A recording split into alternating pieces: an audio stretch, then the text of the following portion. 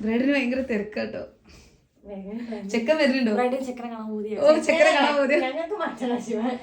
ഇത് വൈറലായി, ഇന്ന ആൾക്കാർ ട്രോളും. ചിരിക്കൂ. മേക്കപ്പ് ഇഷ്ടായോ? പിന്നെ അടിപൊളിയായില്ലേ? അടിപൊളിയായി.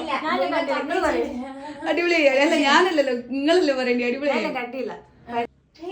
ലുക്ക് ആയിണ്ടോ? ഓ പിന്നെ അടിപൊളിയാണ്, കംഫർട്ടബിൾ ആണ്. നല്ല രസമുണ്ടാണ്. എങ്ങനെയുണ്ട്?